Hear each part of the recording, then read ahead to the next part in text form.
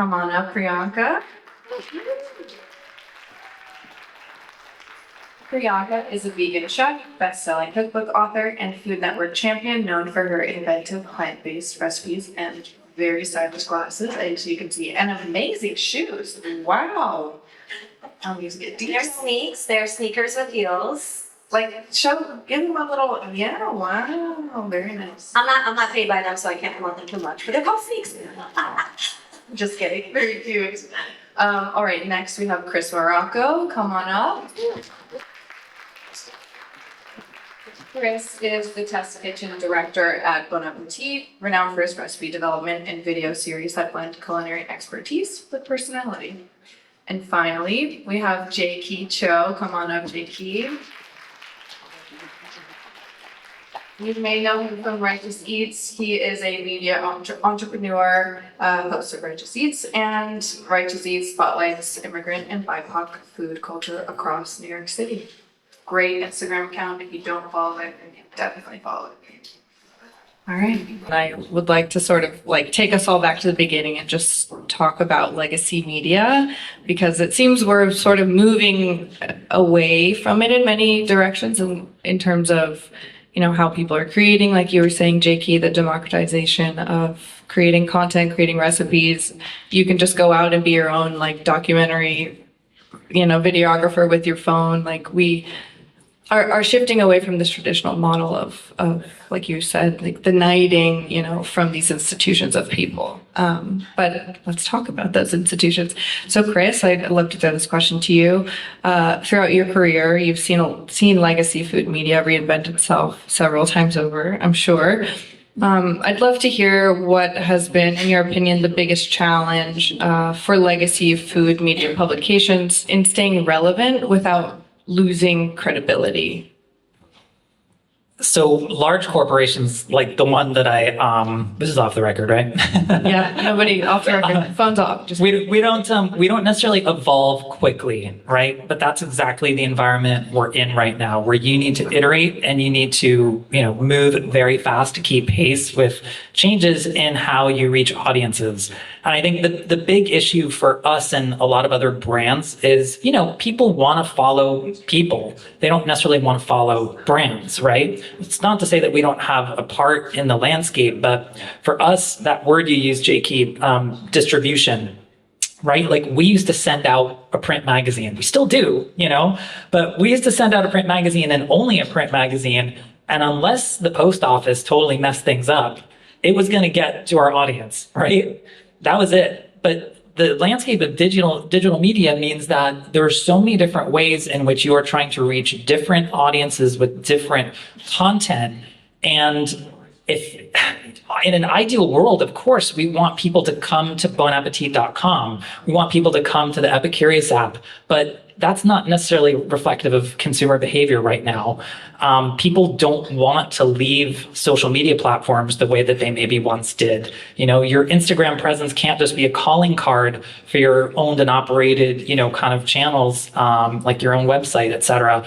So that's kind of the space that we're in. I mean, we have to prove that we are able to provide a superior level of utility, right? That people are going to come to us because they believe we will have a solution for whatever question they're looking to answer, whatever recipe they're looking to find. But ultimately, we need them to subscribe, right? Nothing is going to be free, in the future. Maybe, I don't know. Hopefully, but probably maybe we're already there.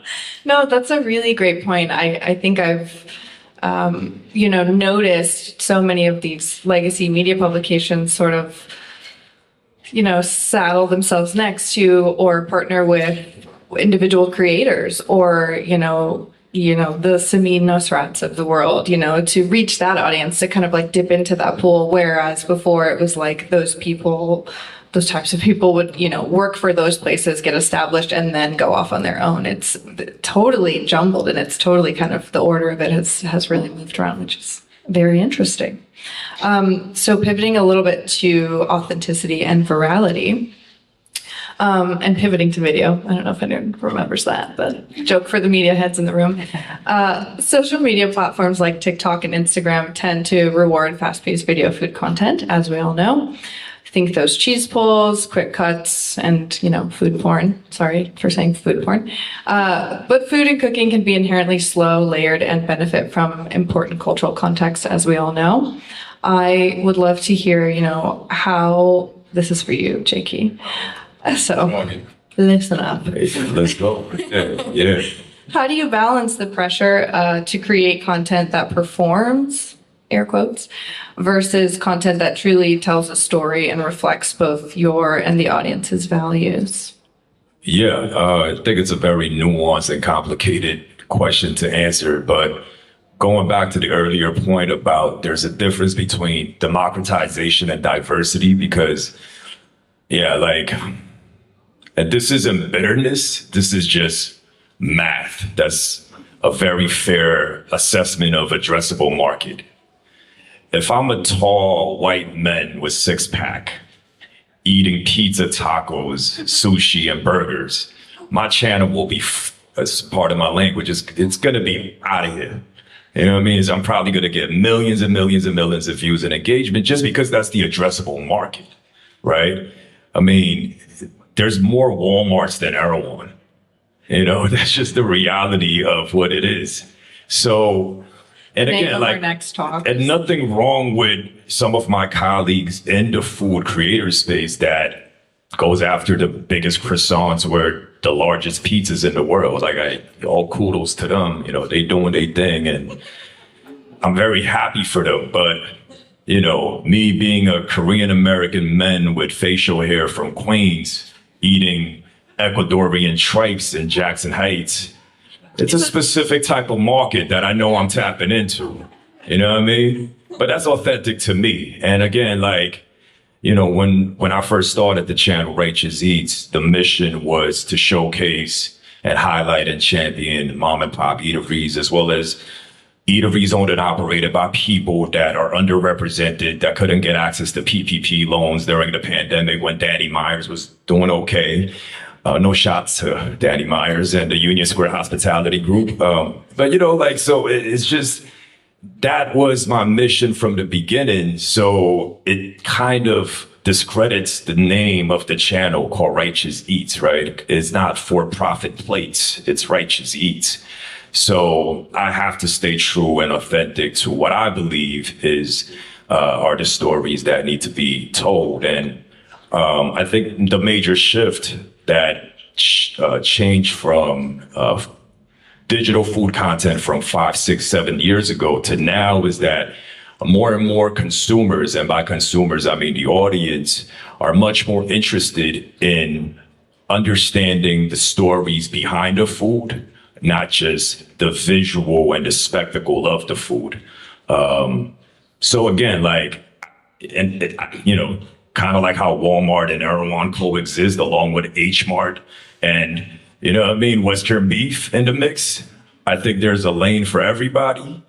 Hopefully I could become H Mart. You know what I'm saying? I think you have in many ways, just the reach of your channel is huge, and I think people love the realness and the rawness to what you bring, to social media. Because, like you said, there's a lot of white guy eats pizza type of content out there, and not a lot of what you're making. So it's really important, a very important space that you're taking up. Okay, so let's kind of pivot to this democratization that we're talking about of food stories. And when I say that, I mean everyone having the potential to be an expert or armchair expert or a foodie or a content creator. That's what I mean there. I would love to hear what you all think about how this democratization has changed what stories get told and which are overlooked. I know, Jaeki, you touched on that a little bit already, but I'd love to hear just kind of from your personal observations, what are you seeing more of, and what are the arenas that you feel like are kind of lacking in terms of, now that anyone can make any type of food content, what are you seeing out there, Priyanka? I think that at least the way I've seen the digital and social space evolve is that it's gone less from, okay, this person is an expert in what they're talking about or they're educating me on something, to now this video is edited really well. And I think if you are a good editor and producer in some way, you can make yourself look like an amazing chef. It's kind of a formula. Yes. Yeah. And that's where I feel I have very mixed feelings about that, because I obviously am a cook and my whole mission is to teach people how to live a more eco-friendly global life and be more thoughtful about that. But, you know, my video may not get as viral as someone else's video who's just edited in a way that looks amazing, or it's very catchy, or they're slapping meat or whatever the hell they're doing, you know?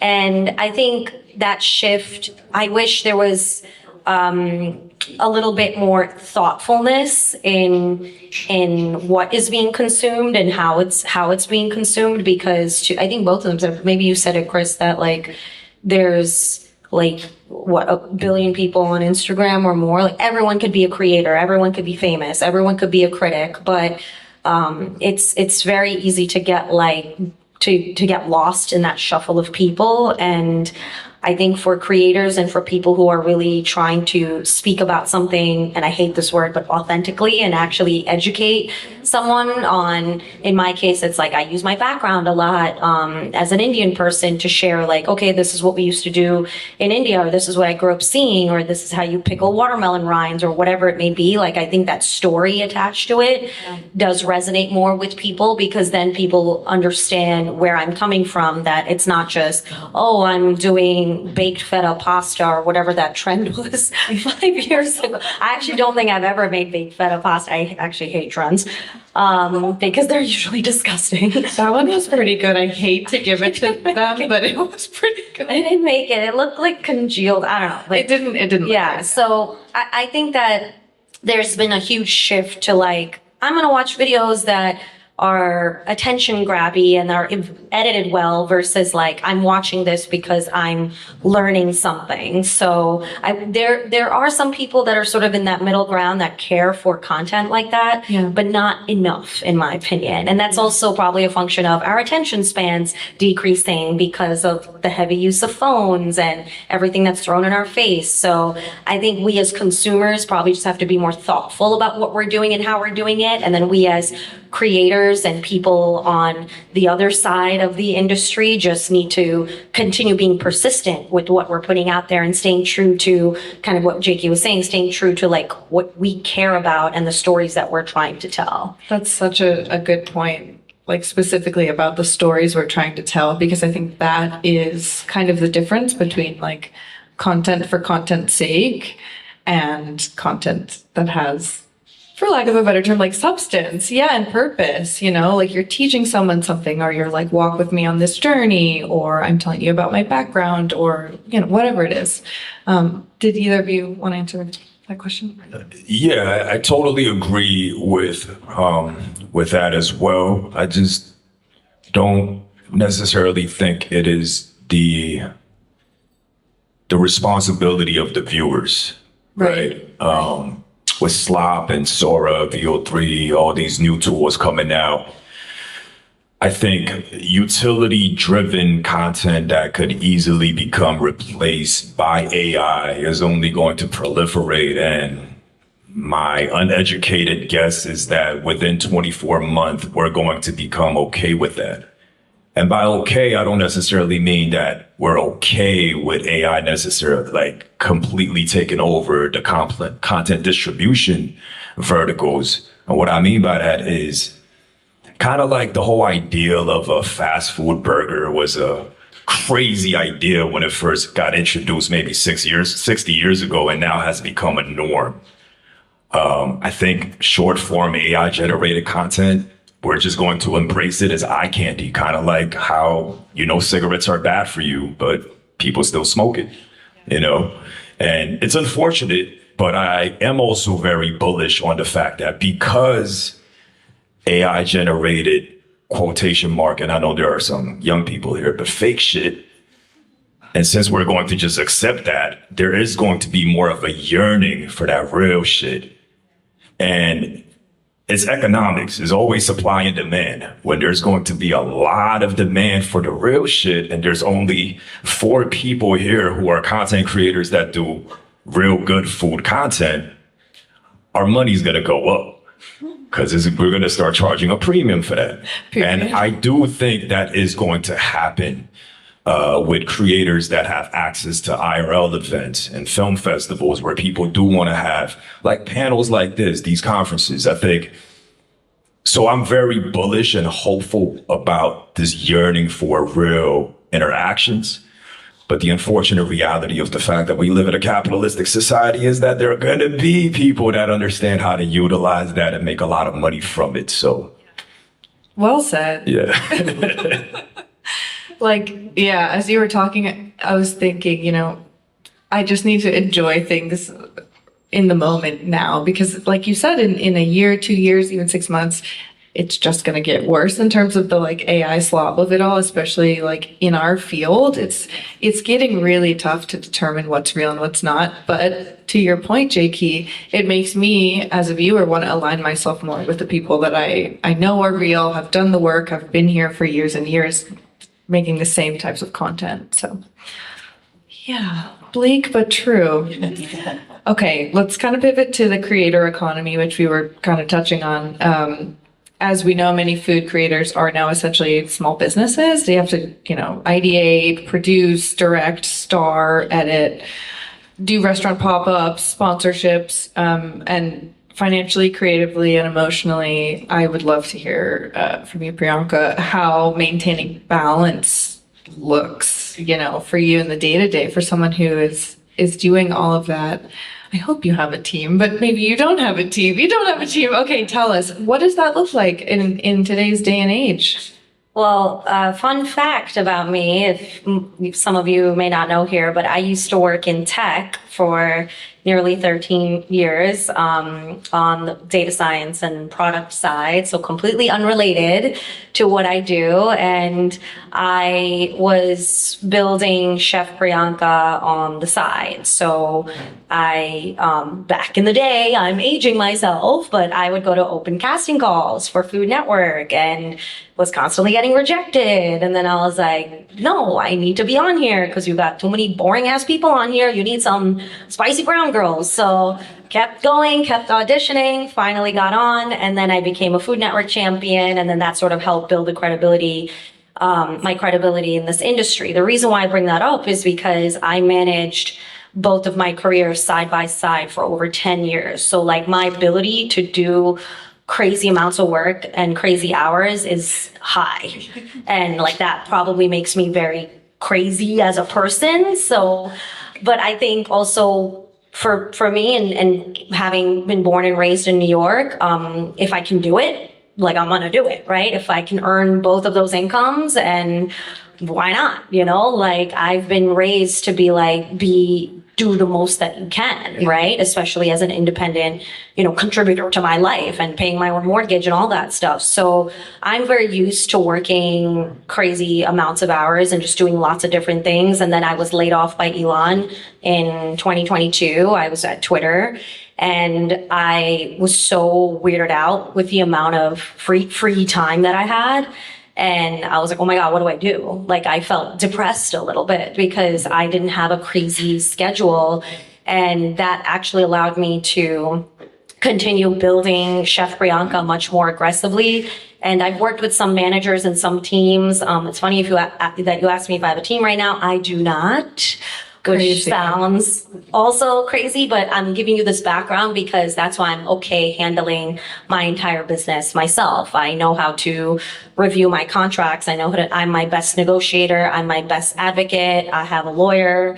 I'm very, I am it's business, right? To his point, this is a capitalistic country and we have to live our lives. And I also think that especially for women and especially in this industry, I am self-taught, just like you are as a chef. It's that much harder. So everything I do has been about continuously proving myself. And I'm not going to have a team until I have the best team to back me. Right. So it's a lot of organizing my time and putting time into things that I know are going to have the highest ROI. So I do a lot of pop-ups, I bring on sponsors, I pitch myself to them instead of doing just the basic like content creation, because doing a pop-up is content creation in itself, but you're actually serving people your food and then creating a video around it. So there's a lot of different creative ways I've worked with brands, and I like to work on projects that are not only fulfilling to me, but also fun for the brand as well, because then it gives them a reason to want to work with me again. Yeah, of course. What an amazing story. My gosh, you've lived so many lives. I'm tired. Thank you. To kind of like bring this all together, like that is the future of food media. You know, it used to be like you entered these institutions and you kind of cut your teeth there and you moved up the ranks. But now it's like you love making content and you have a full-time job as well, and you do it on the side, and you hope that like, you know, maybe other people like the things you make or like the stories you're telling, and that you can sort of do that full time. And then you go and partner with the legacy food media companies because they've sort of noticed you. It's like, it's totally shifted. It's really interesting.